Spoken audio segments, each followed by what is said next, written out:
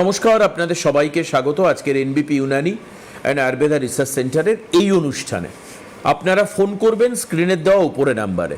Subject CKD অর্থাৎ chronic kidney disease, এমন একটা রোগ যেটা নিয়ে বহুবার আলোচনা হয়েছে। আমি জানি না কেন কিডনি ডিজিজ আমরা যখন ছোট ছিলাম, আমার আজও মনে আছে, আমার শিক্ষক প্রাইমারি স্কুলের, আমার যে স্কুলে আমি পড়তাম সেই স্কুলের এক শিক্ষকের কিডনির ব্যামো হয়েছিল, সমস্যা হয়েছিল, এবং আনফর্চুনেটলি ভীষণ ভালো মানুষ তিনি ওই কিডনির সমস্যাতে মারাও যান একটা সময় পরে। একটা দীর্ঘ সময় ট্রিটমেন্ট হয়, ট্রান্সপ্লান্টেশন হয়, কিন্তু তারপর ট্রান্সপ্লান্টেশনের পরে সারভাইভ করেনি। মানে কিডনিটা শরীরের সঙ্গে একটা ফরেন বডি যখন শরীরে আপনি ইমপ্ল্যান্ট করছেন অপারেশন করে, ওটি করে, সেটা নিতে পারে না অনেকে, সেটা হয়েছে।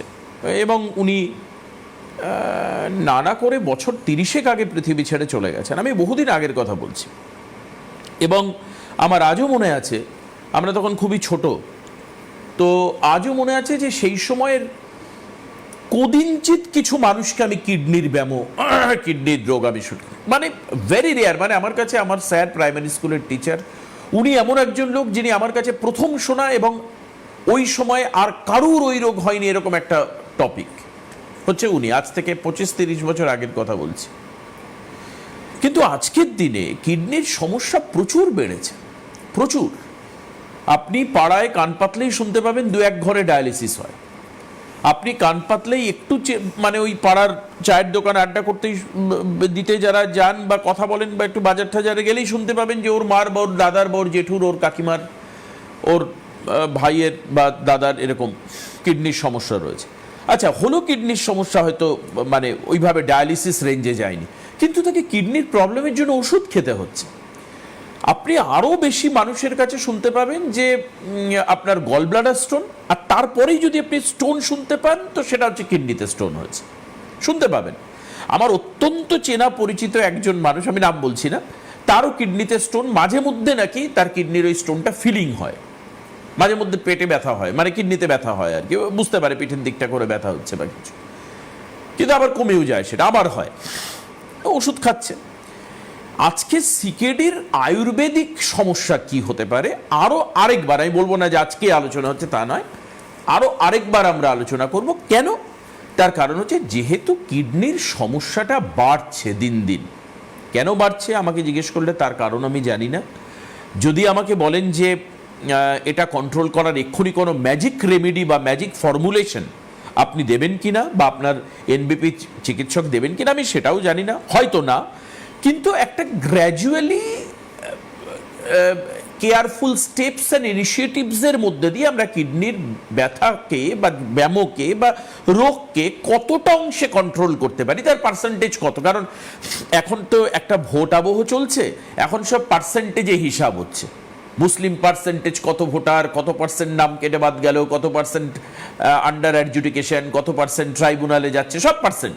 কত পার্সেন্ট আমরা কিডনির ব্যামোকে আয়ুর্বেদ পদ্ধতিতে ইনগ্রিপ্ট করতে পারি, তাকে ইনগ্রিপ্ট করতে পারি, কন্ট্রোলে আনতে পারি, কতটা পার্সেন্ট আমি জানবো। ডক্টর এস ঘোষাল আপনাদের সঙ্গে রয়েছেন আজকে লাইভ অনুষ্ঠানে। আমি স্বাগত জানাবো ডক্টর ঘোষালকে আজকের অনুষ্ঠানে।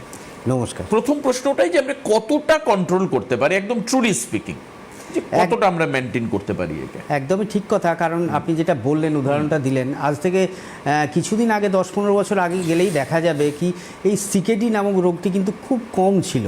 মানে আমরা কান পাতলে বা আমাদের চেম্বারে আমরা দীর্ঘদিন ধরে প্র্যাকটিস লাইনে রয়েছি, সেখানে দেখা যেত হয়তো 1টা পেশেন্ট, 2টো পেশেন্ট বা 10টা পেশেন্ট বা 50টা পেশেন্ট আসতো।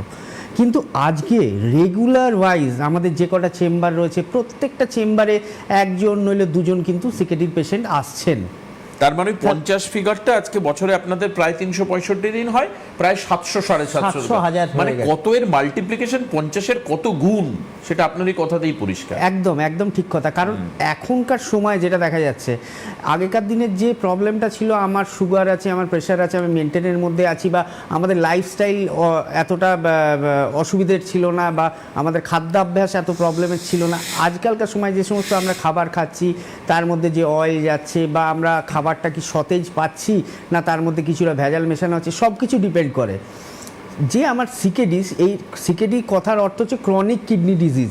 এটা তো একদিনে হচ্ছে না, ক্রনিক কথার অর্থই হচ্ছে দীর্ঘদিন ধরে এই রোগটা আস্তে আস্তে একের পর এক ধাপে ধাপে এসে রোগটা আপনার শরীরে বাসা বেঁধেছে। এই যে সিকেডি রোগটা হওয়ার কয়েকটা কারণ রয়েছে। তার মধ্যে আমরা জানি, আমরা এটা নিয়ে বারবারই আলোচনা করেছি, বারবারই এটার উদাহরণও দিয়েছি, পেশেন্টদের কথাও শুনিয়েছি কি তারা ভালো রয়েছেন। সেইখানে দেখা যাচ্ছে কি সুগারটা এর হচ্ছে মেন কারণ। আমরা আজকে যে কটা পেশেন্ট পাচ্ছি তার মধ্যে 80%-এর আমরা যদি হিস্ট্রি নিয়ে দেখি কি আপনার কি সুগার রয়েছে, বলবে হ্যাঁ আমার সুগার রয়েছে। 60% পেশেন্ট বলবে আমার প্রেশার রয়েছে। আর আজকালকার সময়ের মানুষদের আপনি দেখবেন 100 জনের মধ্যে 50 থেকে 60 জন মানুষ পাবেন প্রেশার সুগার দুটোই রয়েছে, নইলে প্রেশার রয়েছে নইলে সুগার রয়েছে। ঠিক। তো এই যে প্রেশার সুগারের প্রবণতাটা আজকাল বেড়ে যাচ্ছে বা মানুষ তাতে আক্রান্ত হচ্ছেন এত র্যাপিডলি, এবং সেখানে আমরা লাইফস্টাইল মডিফিকেশান করছি না। একটা মিষ্টি খেয়ে নিলাম, একটু কাঁচা লবণ ভাতের পাতে নিয়ে নিলাম, বা ডাক্তারবাবু বলেছে লবণ খাবো না, ভেজে লবণ খেয়ে নিলাম। অনেক সময় বলা হয় ভাজা লবণের নাকি অত অসুবিধা হবে না, কিন্তু ভাজা লবণ যা কালো লবণ, সাদা লবণ, হলুদ লবণ, সব লবণেরই ক্ষতি একই ধরনের। তো এবার কথা হলো এই যে সুগার যখন আনকন্ট্রোল হচ্ছে, দীর্ঘদিন ধরে আমার শরীরে থাকছে, আমরা ওষুধ খাচ্ছি, কেউ আমরা ইনসুলিন নিই, সেখানে আমরা সুগারটাকে কন্ট্রোল করতে পারছি না নির্দিষ্ট লেভেলে, সেইখান থেকে কিন্তু আমাদের এই সিকেডি রোগটা আস্তে আস্তে আমাদের শরীরে বাসা বাঁধছে। এছাড়াও আমাদের যদি কখনো কিডনিতে সিস্ট থাকে, যেরকম বিভিন্ন জায়গায় আমাদের সিস্ট হতে পারে, ওভারিতে সিস্ট, সেরকম কিডনিতেও আমাদের সিস্ট হতে পারে। দীর্ঘদিন ধরে যদি কিডনিতে সিস্ট থাকে সেখান থেকে আমাদের এই সিকেডির সমস্যাটা আসতে পারে। আবার এক ধরনের রোগ রয়েছে যেটাকে বলা হয় ক্রনিক সিস্টাইটিস, মানে আমাদের পেচ্ছাপটা পুরোটা ক্লিয়ার হয় না, ইউরিনারি ব্লাডারে কিছুটা জমে থাকে, যেটাকে বলা হয় পোস্ট ভয়েড ইউরিন। তো সেই ইউরিনটা যদি আমার শরীরে জমে থাকে, আমাদের যদি জল জমে বাড়িতে হচ্ছে টবে, বা সেখানে তো জীবাণু জন্মাবে, মশা জন্মাবে, সেরকম ঠিক একইভাবে যখন আমার পুরো ইউরিনটা ক্লিয়ার হচ্ছে না, ইউরিনটা জমা থাকছে ইউরিনারি ব্লাডারের মধ্যে, তখন সেখান থেকে ইনফেকশন হতে হতে আস্তে আস্তে পরবর্তীকালে সেখানেও সিকেডির আকার ধারণ করে। তো তার মানে সুগার একটা কারণ বললেন, প্রেশার একটা কারণ বললেন, ইউরিন পরিষ্কার না হওয়া বা কম হওয়া এটাও একটা কারণ, সিস্ট রয়েছে, সিস্টের সমস্যা, আরেকটা সিস্টের কারণ বললেন। তো এই যে সমস্যাগুলো, এইগুলো যখন আপনার শরীরে রয়েছে আপনাকে একটু সচেতন হতে হবে, আর কিছুই না। কারণ এই সমস্যাটা বাড়ছে কিন্তু এই অসাবধানতার জন্য। আমরা যদি এইগুলো থেকে সাবধান হতে পারি তাহলে ভবিষ্যতে গিয়ে কিডনিটা ক্ষতিগ্রস্ত হবে না। কারণ ক্রনিক আজকে যদি আমার সিস্ট হয়, আজ থেকে 10 বছর 15 বছর পরে গিয়ে সেটা সিকেডি হচ্ছে। তো আমার যখন সিস্ট হয়েছে সেটার মাফিক আমি যদি ট্রিটমেন্টটা ঠিকভাবে করি, সুগার রয়েছে সুগারের ট্রিটমেন্টটা যদি ভালোভাবে করি, লাইফস্টাইল মডিফিকেশনটা যদি আমি ভালোভাবে করি, তাহলে কিন্তু ভবিষ্যতে গিয়ে কিডনিটা এতটা ক্ষতিগ্রস্ত হবে না। মানে আপনি বলতে চাইছেন যে কোনো একটা রোগের সিভিয়ারিটি যখন গিয়ে দাঁড়াবে সেটা ক্রনিক কিডনি ডিজিজ হতে পারে, একদম অ্যাকিউট ফরমেশনে তার ট্রিটমেন্ট করানো হয়তো উচিত। এবার আমার কথা হলো সিকেডির পেশেন্ট, আপনি যে বললেন পার্সেন্টেজ, সিকেডির পেশেন্টে আমরা কতখানি সাকসেস আমরা দিতে পারবো। ধরুন আমি ধরলাম আমার ক্রিয়েটিনিন নর্মাল থেকে 1.2 বা 0.9 নর্মাল, সেখানে আমি কোনো পেশেন্ট পেলাম 2 বা 2.3 বা 3, 4, 5 আপ টু 6, 7 অবধি আমরা কিন্তু দেখেছি আমাদের পেশেন্টের ক্রিয়েটিনিনকে আমরা কন্ট্রোল করতে পেরেছি। কিন্তু একটা সময়ের পরে যখন তিনি আসছেন বিভিন্ন জায়গায় ঘুরে 8, 10, 15, 13, 11 ক্রিয়েটিনিন নিয়ে, ডাক্তার আমার ডায়ালিসিস চলছে রেগুলার, 2 মাস হয়ে গেছে, 6 মাস হয়ে গেছে, আমি এখন সুস্থ হতে চাই। যখন যেদিন সেই রোগটা ধরা পড়েছিল, যখন 2 ছিল বা 3 ছিল, একবারে তো খুব কম পার্সেন্টেজের হয়, একবারে ধরা পড়ে 9, 10, 11, যারা শরীরের লক্ষণটা বুঝতে পারে না, কি আমার মুখ চোখ ফুলছে, আমার গা হাত পায়ে চুলকানি হচ্ছে, পেচ্ছাপ পরিষ্কার হচ্ছে না, এইগুলো যারা ইগনোর করে তাদের সিমটম, তো তাদের ক্ষেত্রে একদম ওপরে গিয়ে ধরা পড়ে। কিন্তু যখন আমার ধরা পড়ছে, যারা স্বাস্থ্য সচেতন, এখন তো মানুষ বছরে একবার হলেও রিপোর্ট করে, একবার বা 2বার রিপোর্ট করায়, তখনই আপনি আয়ুর্বেদের হাত ধরুন। কারণ আয়ুর্বেদই পারে, আয়ুর্বেদ হচ্ছে প্রাকৃতিক উপায়ে আপনাকে শরীরটা ভালো রাখছে, এবং এই প্রকৃতির মধ্যে এমন কিছু ম্যাজিক রয়েছে যেটা কিনা আমাদের যে কোনো অর্গানকে সুস্থ করতে পারে, সেটা কিডনিকেও করতে পারে, সেটা লিভারকেও করতে পারে। তো যখনই আমার প্রত্যেকটা রোগের ক্ষেত্রে ক্রনিক কিডনি ডিজিজ কেন, অস্টিও আর্থারাইটিস, আমি দীর্ঘদিন ধরে অবহেলা করছি, ওষুধ খাচ্ছি, তারপর এমন একটা জায়গায় আমাদের কাছে আসছে যেখানে গ্রস অস্টিও আর্থারাইটিস, মানে নি রিপ্লেসমেন্ট ছাড়া জায়গা নেই, ডাক্তারবাবু এবার আমি ভালো হব। তো আগে আসুন যখন রোগটা ধরা পড়ছে, কারণ কিডনির ট্রিটমেন্ট সম্ভব এমন কিছু হার্বস আয়ুর্বেদে রয়েছে, এবং রসোপ্রিপারেটেড মেডিসিন সবসময় কিডনি হার্টের জন্য ক্ষতি করে। হার্বাল কিছু এমন রয়েছে যেমন গক্ষুর, পুনর্নবা, এইগুলো কিন্তু কিডনির জন্য খুব হেল্পফুল। এবং কি এইগুলো ইউজ করলে ঠিকঠাকভাবে যদি আমি ডোজ মাফিক ইউজ করি, তাহলে ক্রিয়েটিনিনকে কিন্তু আমরা বাঁধতে পারবো। আমার দেখা 6-7 ক্রিয়েটিনিনও 3-4 আড়াইয়ে এসে থেকেছে, এবং 2-3 যাদের ক্রিয়েটিনিন বা 4 ক্রিয়েটিনের মধ্যে রয়েছে, এরকম বহু পেশেন্ট রয়েছে আজকে তাদের ওষুধ খেতে হয় না, তাদের ক্রিয়েটিনিনটা কিন্তু ওই 1 থেকে 1.5-এর মধ্যে কন্ট্রোল রয়েছে, লাইফস্টাইল মেনটেন করে এবং খাবার দাবারটা মেনটেন করে। একটা প্রশ্ন, একজন আছেন ভদ্রলোক, আমি একটা প্রশ্ন করি, এটা আমার আউট অফ মাই কিউরিসিটি। আমাদের রক্তের ছাঁকনি হিসাবে হচ্ছে কিডনি কাজ করে, আমাদের রক্তকে পরিশ্রুত করার কাজ করে। এবার দেখুন, খুব মানে ইন্টারেস্টিং এটা, যে রক্তর মধ্যে প্রায় 90% রয়েছে জল, আর রক্তকে বলা হচ্ছে তরল যোগকলা। আমার প্রশ্নটা কি এইখানে, আপনি অনেকগুলো কারণ বলেছেন এবং প্রত্যেকটা কারণের ফাইনাল রেজাল্ট হচ্ছে কিডনির উপরে তার হ্যাম্পার করা বা কিডনির রোগ হওয়া বা সমস্যা হওয়া। আমাদের পশ্চিমবঙ্গে এমন অনেক রাজ্য আছে যেখানে জলের কোয়ালিটিটাই খারাপ। বাঁকুড়ার কিছু অংশ আছে, পুরুলিয়াতে জল পাওয়া যায় না বা জল পেলেও একটু খারাপ প্রকৃতির আছে, কলকাতা হাওড়ার উপকণ্ঠে আছে, হুগলিতে কিছু জায়গায়, খানাকুল চত্বরে কিছু জায়গায় আছে, জলের অবস্থা খুব খারাপ, দিনাজপুরে কিছু অংশে আছে, হ্যাঁ, কোচবিহার আলিপুরদুয়ারে আছে। এরকম কতগুলো পয়েন্ট আছে, রেড স্পট পয়েন্ট, যেখানে জল হচ্ছে খারাপ। আমার ডাক্তারবাবুর কাছে এটা প্রশ্ন, যে জলের কোয়ালিটি খারাপ বা আর্সেনিকযুক্ত জল, বা জলের মধ্যে আয়রন হয়তো অনেক বেশি, যেটা হয়তো খাওয়ার ক্ষেত্রে অনেকটা বিপজ্জনক, এই ধরনের জলপান যদি ক্রমাগত কোনো মানুষ করতে থাকেন, তার কি কিডনির সমস্যা হতে পারে? অবশ্যই হতে পারে। আমি কি বললাম একটু আগে, কোনো মেটালিক সাবস্ট্যান্স আমাদের কিডনি আর লিভারটাকে কিন্তু আগে নষ্ট করে। তো যেখানে আমি দেখি, মানে তার লিভারও এফেক্টেড হতে, হ্যাঁ, কিডনি লিভার দুটোই। আচ্ছা, যেখানে আয়রন বেশি পাওয়া যাচ্ছে, আমি যদি ডেলি রেগুলার আয়রন কনজাম করি, তো সেই আয়রনটা কিন্তু আমাদের কিডনিটাকেও ক্ষতি করতে পারে, আমার লিভারটাকেও ক্ষতি। রেগুলার আমি আর্সেনিক জলের মধ্যে রয়েছে, এখন অনেক প্রকল্প এসে গেছে যেখানে এই জলটাকে টেস্ট করা হয়, জলটা পরিশুদ্ধ করা হয়। তারপরেও তো কিছু কিছু জায়গায় রয়েছে আমাদের আর্সেনিক পয়জনিং বলেই এক ধরনের আমাদের চ্যাপ্টার থাকে, সেখানে পড়ানো হয় কিভাবে এই জলটাকে পরিশুদ্ধ করে খাওয়া যায়।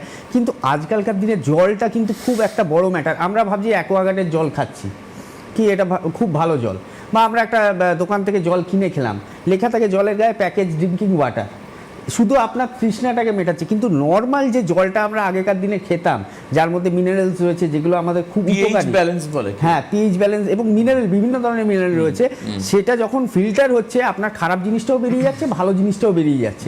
আমরা যে জলটা প্যাকেজ ড্রিঙ্কিং ওয়াটার হিসেবে খাচ্ছি, সেটা কিন্তু শুধুমাত্র তৃষ্ণা মেটানোর জন্য, শরীরের জন্য কোনো উপকার হচ্ছে না। তো সেই জন্য জল একটা হচ্ছে সব থেকে বড় ম্যাটার। জল যদি ভালো পাওয়া যায়, আপনার শরীর এমনি সুস্থ থাকবে, আপনার খাবার ভালো হজম। দেখবেন একটা কথা আপনারা বলেনি যে জলের জন্য পেটের একটা বড় সমস্যা, এবং জল থেকে বিভিন্ন ধরনের সমস্যা। দেখবেন আপনারা পাহাড়ে যাবেন যখন, পাহাড়ি জলের কিন্তু আলাদা ব্যাপার থাকে, ওখানে যে মিনারেলগুলো রয়েছে, ওখানে খিদে বেশি হবে, হজমটা বেশি হবে, এটা জলের তারতম্যের জন্য হয়। আর ঘটনাচক্রে ডক্টর ঘোষালের চেম্বার যখন বলি, ম্যাক্সিমামটাই নর্থ বেঙ্গল কেন্দ্রিক চেম্বার থাকে প্রচুর, আপ টু দিনাজপুর মালদা পর্যন্ত, আসামেও তো থাকেই। আমি জানি না আসামের জল কীরকম। তো যাই হোক, এবার আপনাদের ফোন নেব, আপনারা ফোন করুন। এগুলো হচ্ছে বেসিক সাবস্টেন্স, এগুলোকে মেনটেন করবেন।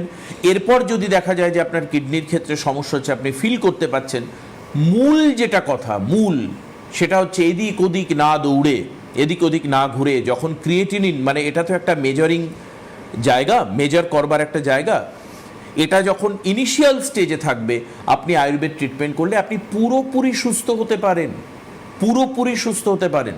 ডাক্তার এক্ষুনি বললেন 2.5, 3 ক্রিয়েটিনিন 4 এসব থাকলে এগুলো এদের আর ওষুধ বন্ধ হয়ে গেছে, এরকম প্রচুর এক্সাম্পল এনবিপির হাতে রয়েছে। তো কাজেই ডোন্ট এক্সপেরিমেন্ট উইথ ইউ, নিজের সম্পর্কে নিজে পরীক্ষা নিরীক্ষা করতে যাওয়াটা বিপদ ডেকে আনতে পারে। এবার আপনাদের সিদ্ধান্ত। কে আছেন ফোনে? হ্যালো, হ্যাঁ বলুন। আমি এনবিপিতে দেখিয়েছিলাম। আচ্ছা, হ্যাঁ হ্যাঁ, আমার হাজবেন্ডের হাঁটতেই পারতো না প্রায়। আচ্ছা, ওদের নার্ভের প্রবলেম ছিল, পঞ্চথেরাপি হয়েছিল, উনি এখন খুব ভালো আছেন। বাহ, ভেরি গুড। আপনার হাজবেন্ডকে নিয়ে এসেছিলেন কবে, মনে আছে? হ্যাঁ হ্যাঁ, এই তো 1 মাস আগে। 1 মাস আগে নিয়ে এসেছিলেন হাজবেন্ডকে? হ্যাঁ। হাঁটতে পারতেন না কেন উনি? নার্ভের সমস্যা ছিল, সুগার নার্ভের সমস্যা ছিল। এনবিপিতে কোন ডাক্তারবাবু দেখেছিলেন? ডক্টর বি শর্মা দেখিয়েছি। ডক্টর বি শর্মা দেখেছিলেন, আচ্ছা। তারপর এখন কেমন আছেন উনি? এখন উনি ভালো আছেন, এবং আমারও একটু হাতে স্কিনের প্রবলেম ছিল। হাতে একটু সেই ঘা মতো করছে। সব এখানকার সব ডাক্তারকে দেখিয়েছিলাম, ডাক্তারকে দেখিয়েছিলাম, হ্যাঁ, কিন্তু কিছুই হয়নি। এলাকাতে দেখিয়েছিলাম, কিন্তু ওখানে গিয়ে ইংলিশে গিয়ে ওই ডাক্তারকে দেখাতে আমার পুরো আমি এখন ভালো আছি। 1 মাস দিয়েছিলেন। তা আপনি কোন চেম্বারে গেছিলেন হাওড়ার? হাওড়া দীনবন্ধু কলেজ ওই অপোজিটে যে চেম্বার, হ্যাঁ, শিবপুর কাজীপাড়া চেম্বার, হাবড়ার কলেজের অপোজিটে। হ্যাঁ, বুঝতে পেরেছি। হাওড়ার ওই চেম্বারে আপনি আবার আরেকবার যাবেন, বুঝলেন? আপনার হাজবেন্ড আর আপনি, আমি বলছি এটা এখান থেকে, আপনি ডক্টর শর্মাকে বলবেন যে আপনার একটা ভিডিও করতে, আপনার আর আপনার হাজবেন্ডের ভিডিও আমি দেখাতে চাই লোককে, সারা পশ্চিমবঙ্গের। বলতে চাই যে সবাই যেন আয়ুর্বেদিকে হাত দেয়। ব্যাস, এই যে আপনার বলতে চাওয়া আর আমার শুনতে চাওয়া, এই দুটোর মধ্যে একটা গ্যাপ থেকে যাচ্ছে।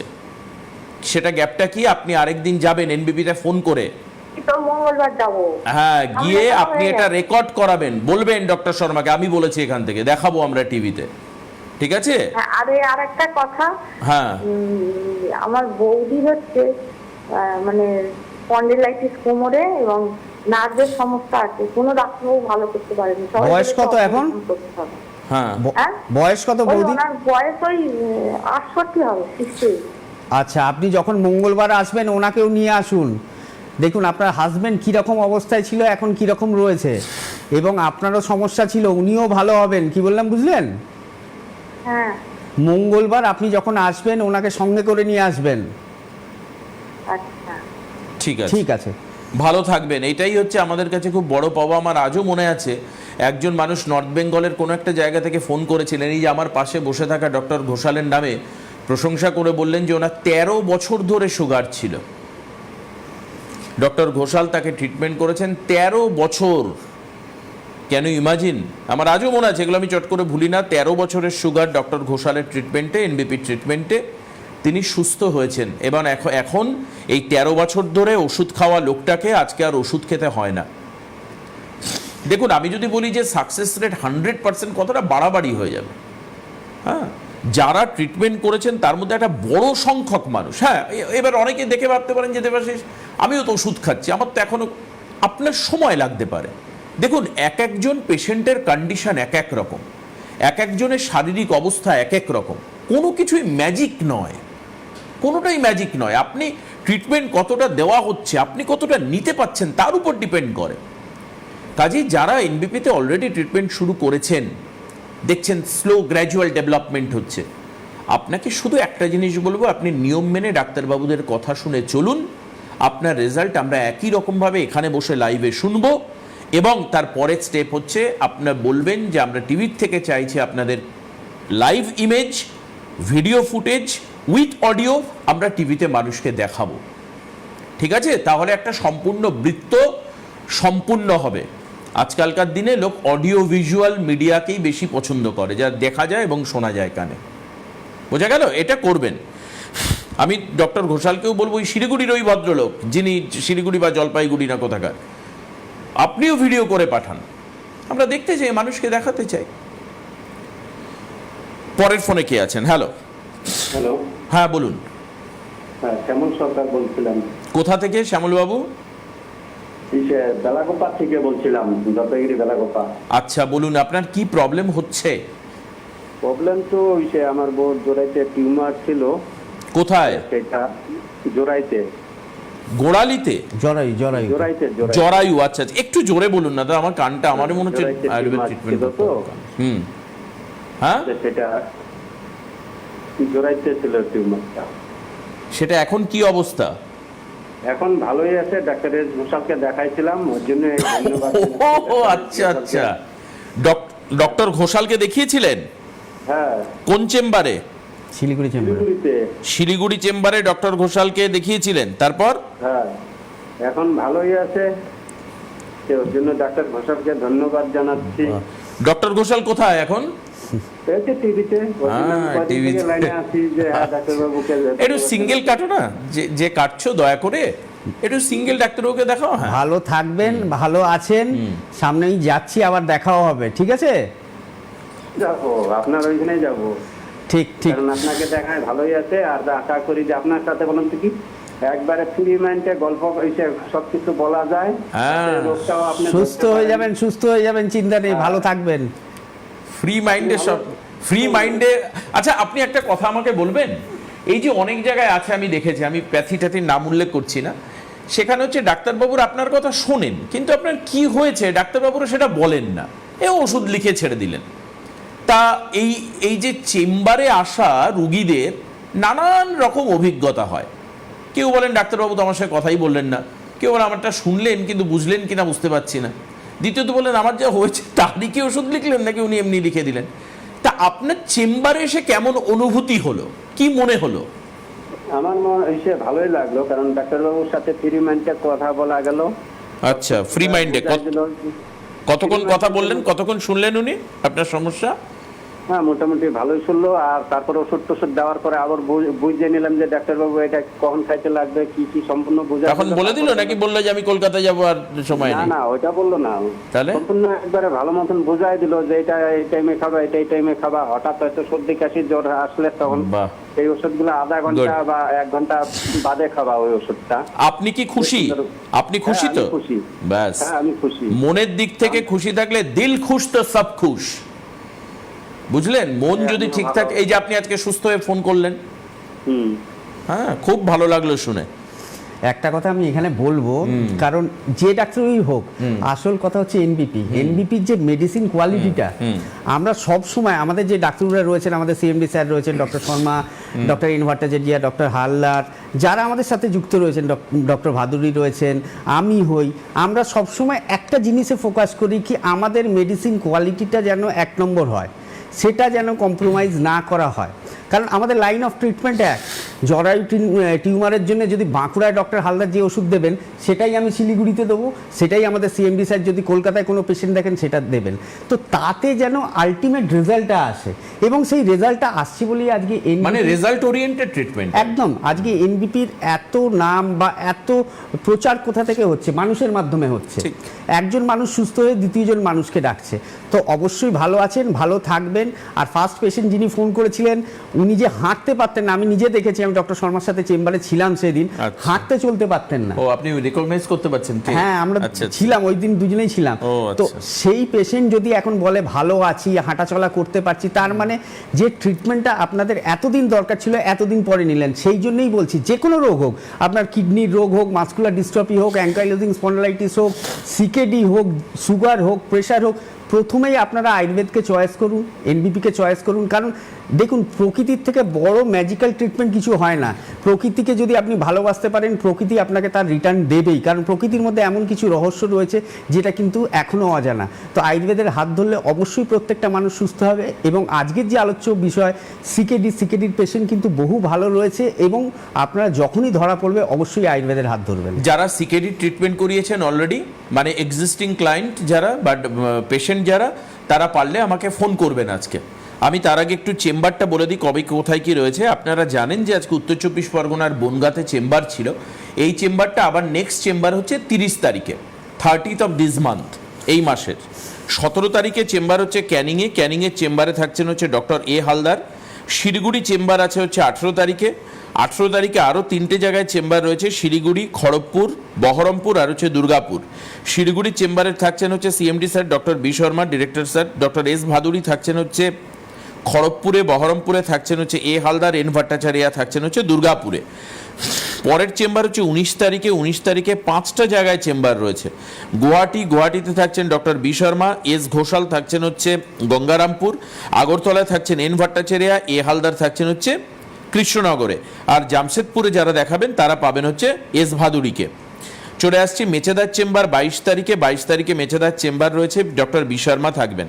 ডক্টর বি শর্মাকে আবার আপনি পাবেন হচ্ছে রামনগরে 24 তারিখ আপনি আরামবাগের চেম্বারে পাবেন হচ্ছে ডক্টর এ হালদারকে।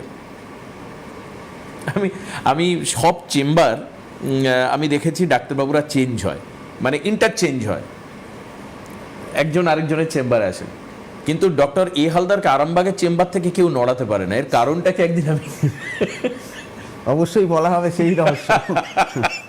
এটা কেন আরামবাগের চেম্বার থেকে ডক্টর এ হালদারকে নড়ানো সম্ভব নয়, এটা আমি একদিন ডক্টর শর্মাকে জিজ্ঞেস করব কি ব্যাপার। আচ্ছা, তো আরামবাগে হচ্ছে ডক্টর এ হালদারকে আপনি পাবেন। এরপর আসছে হচ্ছে 25 তারিখের চেম্বারে। মাথায় রাখবেন মেদিনীপুরে চেম্বার রয়েছে, মেদিনীপুরে কিন্তু ডিরেক্টর স্যার যাচ্ছেন ডক্টর বি শর্মা, মেদিনীপুরের চেম্বার 25 তারিখে। 25 তারিখ আপনি বাঁকুড়াতেও চেম্বার পাবেন, বাঁকুড়ার চেম্বার হচ্ছে এ হালদার। এস ঘোষাল যিনি আজকে লাইভে রয়েছেন তিনি থাকবেন হচ্ছে মালদার চেম্বারে 25 তারিখে। আর বর্ধমানের চেম্বার হচ্ছে ডক্টর এন ভট্টাচার্যকে আপনি পাবেন।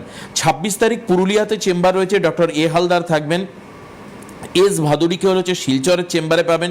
26 তারিখ কোচবিহারের চেম্বারে আপনি ডিরেক্টর স্যার ডক্টর বি শর্মাকে পাবেন, এন ভট্টাচার্যকে পাবেন 26 তারিখ বোলপুরের চেম্বারে। 27 তারিখ হচ্ছে ঝাড়গ্রাম চেম্বার রয়েছে, ঝাড়গ্রামের চেম্বারে ডক্টর এ হালদারকে পাবেন। 28 তারিখ হেড়িয়াতে চেম্বার রয়েছে, হেড়িয়াতে ডক্টর বি শর্মাকে পাবেন। ডক্টর বি শর্মাকে আপনি আসানসোলেও পাবেন 3 তারিখে, 3rd of May-তে, 3 তারিখ মে মাসের পরের মাসে। 4 তারিখে আপনি পাবেন হচ্ছে ডিব্রুগড়ে ডক্টর এস ঘোষালকে, আসামের চেম্বার ইমিডিয়েট বুক করে নিন আসামের জন্য। 6 তারিখে কাকদ্বীপ চেম্বার রয়েছে, কাকদ্বীপ হচ্ছে এস ঘোষাল রয়েছেন, এস ঘোষালকে আবার আপনি পাবেন রায়গঞ্জে, পরপর দুটো চেম্বার কাকদ্বীপ এবং রায়গঞ্জ 6 এবং 8। আচ্ছা, 11 তারিখে চেম্বার হচ্ছে হলদিয়াতে, হলদিয়াতেও আপনি ডক্টর এ হালদারকে পাবেন। এই হচ্ছে মোটামুটিভাবে চেম্বার স্কেডিউল। আপনি প্রয়োজন হলে নিচের হেল্পলাইন নাম্বার 9830235527, 9830235537 ফোন করে নিতে পারেন।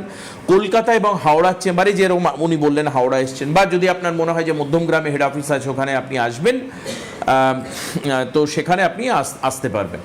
ধরুন মানে মধ্যমগ্রাম চেম্বারে আসলেন, মানে এমন একটা অবস্থায় আসলে যে মানসিকভাবে আপনি ভেঙে পড়েছেন, যে আপনি কিছু খেতে পাচ্ছেন না, পেটের ব্যামো রয়েছে, পেটের সমস্যা রয়েছে, পেটের সমস্যা, কিছু খেতে পাচ্ছেন না, পেট ব্যথা করছে, মানে এটুক, মানে আমি হয়তো একটু অতিরিক্ত দায়িত্ব নিয়ে বলছি, মাস 2 ট্রিটমেন্ট করানোর পর ওই এনবিপির চেম্বারের পাশে একটা নামি বিরিয়ানির দোকান আছে, ওখান থেকে আপনি বিরিয়ানি কিনে নিয়ে বাড়ি যেতে পারবেন।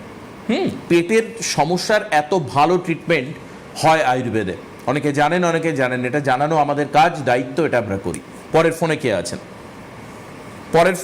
হ্যালো হ্যালো হ্যালো হ্যাঁ বলুন, কে বলছেন? আমি অনিরুদ্ধ মল্লিক বলছি। কোথা থেকে? বর্ধমান থেকে বলুন। বলছি স্যার, আমার ক্রিয়েটিন 2.33, হ্যাঁ, আমি ট্রিটমেন্ট করাতে চাই। ইউরিয়া কত বলতে পারবেন এখন? ইউরিয়া কত আছে? ইউরিয়া, হ্যাঁ, ইউরিয়াটা আমি বলতে পারবো না। আচ্ছা, আমি এইটা নিয়ে আজকে আমাদের এই টপিক ছিল, আপনি আর দেরি করবেন না, কারণ জাস্ট ধরা পড়েছে। কি বললাম বুঝলেন? সুগার বা প্রেশারের কোনো ওষুধ খান? হ্যাঁ, প্রেশারের ওষুধ আমি ডাক্তার দেখেছি, প্রেশারের ওষুধ এখন দিয়েছে, খাচ্ছি। আচ্ছা ঠিক আছে, আপনি টিভিতে শুনতে থাকুন, আমি বুঝেছি কি সমস্যা আপনার, আমি বলছি যেটা সেটা মেনে চলুন। এই দেখুন, আজকে আমরা সিকেডি নিয়ে আলোচনায় ছিলাম, ওনার ক্রিয়েটিন লেভেল কিন্তু জাস্ট টপকেছে বর্ডার লাইনটা, 2.33 হয়েছে। এবার উনি চেষ্টা করবেন সুস্থ হওয়ার, কেউ তো অসুস্থ হওয়ার জন্য ডাক্তারদের কাছে যায় না, কিন্তু তারপরেও দেখবে আস্তে আস্তে জাম করতে করতে 4, 5, 6 এবং ওই 6-এর পরেই বলা হবে ডায়ালিসিস স্টার্ট করো, এবং ডায়ালিসিসের একটা পার্ট পরে বলা হবে আর হচ্ছে না ডায়ালিসিসের কাজ, এবার ট্রান্সপ্ল্যান্টটা করো। তো আপনাকে আমি বলবো এইটাই হচ্ছে সময় আপনার রোগকে আপনার আয়ত্তে আনার। 2.33 থেকে কিন্তু আপনি সম্পূর্ণ সুস্থ হতে পারেন যদি আমাদের ঠিকঠাক ডায়েট চার্টটা এবং আমাদের গাইডলাইনটা আপনি মেনে চলতে পারেন।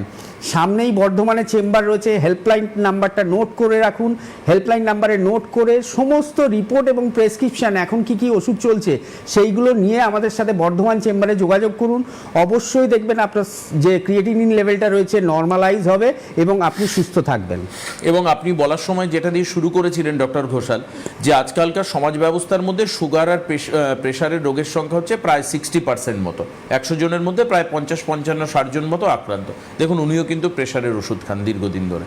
আরেকবার প্রমাণিত হলো যে সিমটম, মানে যে কারণগুলো আমরা বলছিলাম যে সিকেডি হওয়ার জন্য, তার একটা কারণ এই যে উনি দেখুন প্রমাণ হয়ে গেল, দীর্ঘদিন ধরে উনি প্রেশারের ওষুধ খান। যাই হোক, আজকে আর হাতে সময় নেই, সিকেডি নিয়ে হয়তো আগামী দিনে আরও আলোচনা হবে, কিন্তু পরের আলোচনা শুনে সিদ্ধান্ত নিতে গেলে হয়তো আপনার জন্য দেরি হয়ে যেতে পারে। কাজেই আজকের প্রোগ্রাম গুরুত্বপূর্ণ, ইউটিউবে প্রোগ্রাম আপলোড থাকবে, চাইলে আরও 5 বার দেখে নিতে পারেন, দেখে সিদ্ধান্ত নিন আপনি কি করবেন। আজকে এখানে শেষ করি, অনেক ধন্যবাদ ডক্টর ঘোষালকে, নমস্কার সবাইকে।